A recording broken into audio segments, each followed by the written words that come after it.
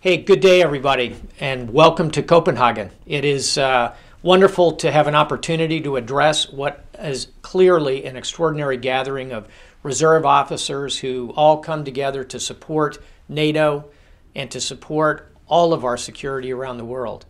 What I thought I might do this morning is give you a sense of the outcomes from the recent NATO summit, which was held in the United States. It had not been in the U.S. for many, many years, several decades, and so President Obama was very proud to host it in his hometown of Chicago, Illinois, which is in the Midwest, about the center of the United States. It's actually our third largest city and turned out to be a wonderful event. We had heads of state and government from all of the 28 nations of NATO, as well as many of the 22 nations that are also part of our coalition in Afghanistan. So let me start with Afghanistan.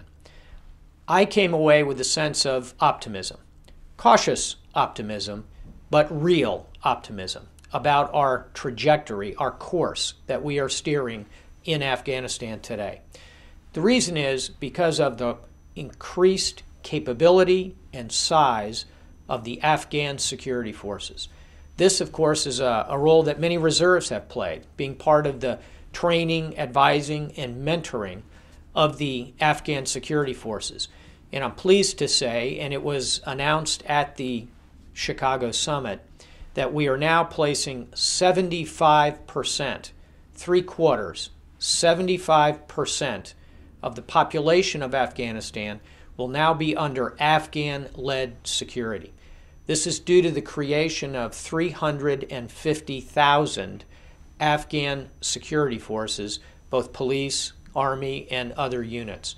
So we are approaching very rapidly the point where we see the inevitable transition of security from the coalition to the Afghan-led security, which will be complete by the end of 2014. I assess this entire project is on track. Now, there are certainly going to be challenges as we go. There are going to be hard spots, there will be attacks, there will be disappointments. But I think as we look at the trajectory over the last 3 years, we've seen the creation of an additional 200,000 Afghan security forces, and more importantly than their numbers, their capability, their responses are growing very well. I'll give you two quick examples. One is during recent attacks in Kabul, it was completely contained by Afghan security forces with coalition simply in standby.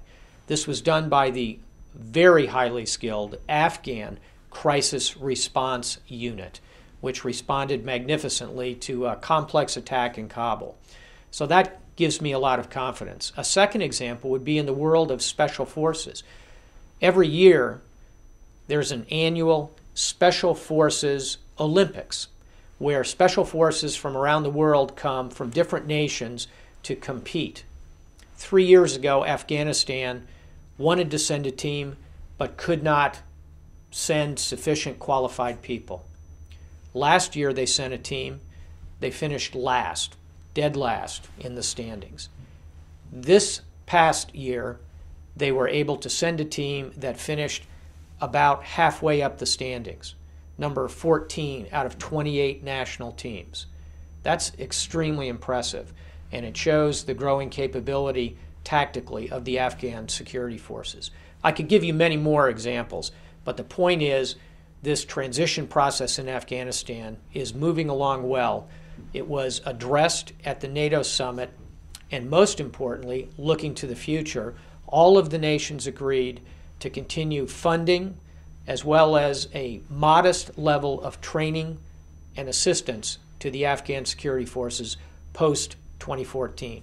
So overall, I'm confident that we are on the right course. There will be many challenges ahead. But I came away from the summit thinking we have a very reasonable chance at success in Afghanistan. You, as reservists, are very much part of this. Your efforts in Afghanistan and in supporting your national forces when active duty go to Afghanistan or when you go to Afghanistan are noteworthy, and I thank you for it. Second topic that I think is very important going forward is right here in Europe, and it's the Balkans. Today, we continue to see tension in Kosovo.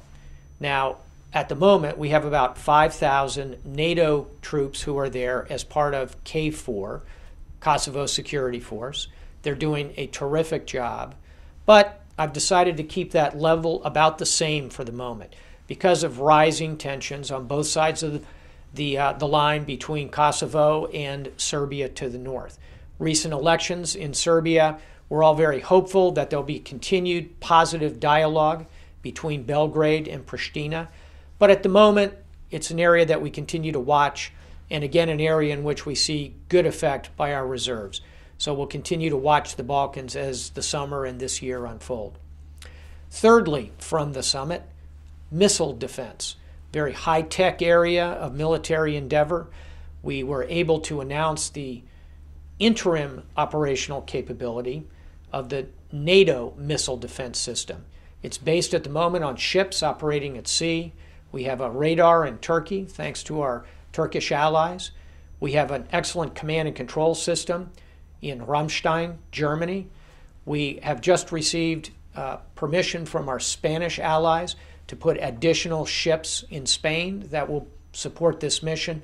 So this beginning of this missile defense system is well underway. We have a real capability, and we're going to continue to add to it as the years go by. So this was another good outcome of the summit. Fourthly, I would identify something I talked to you about last year, and it's the importance of cyber and the development of security challenges in this cyber zone. Frankly, they continue to grow. We see cyber crime, we see cyber security intrusion, and we are continually concerned about intelligence gathering against us on these cyber networks. So we have a lot of work to do in the world of cyber, and I would underline this as an area of particular emphasis for the reserves because you have so many connections in the private sector. Many of you are involved in this, and let's face it, cyber is perhaps the ultimate private-public venture where we must work together. So as I did last year, I continue to ask for the reserves to think and focus on cyber. Last one that I'll mention as a result of the summit and what we're all thinking about and a change from last year, we saw the resolution of the crisis in Libya, which was generated as part of the Arab awakening. We continue to see tension around the Mediterranean. We see elections. We see rioting in Syria. We see ongoing conflict there. NATO as an alliance is watching this area very closely. It's good that we have the Mediterranean dialogue, which connects us with many of the nations around the Mediterranean littoral. So this is another area that we'll continue to focus on as the summer continues. Well, that's a pretty good basket of ideas for all of you to be talking and thinking about as your conference goes on. Afghanistan, the Balkans, cyber, missile defense, the Arab awakening. And just because I'm in the Navy, I'm going to add one last thing, and that's piracy. We'll continue to see that as a challenge. Again, we've seen real progress here. We've seen the number of attacks go down dramatically over the last year, and we're very hopeful that the good work of the European Union, NATO, and many independent nations, including Russia, China, India, and others, will have a continuing effect on the piracy mission. So that's a lot to think about and talk about at your conference. Believe me, I wish I could be with you in the beautiful city of Copenhagen. I know you'll have a wonderful time there, and I look forward, as I always do, to hearing the results and getting a report from the conference and from your leadership. Let me close by saying thank you for what reservists do every day in all of the nations represented by the flags behind me. You are an enormous part of the capability of this alliance. Thank you. Have a terrific conference.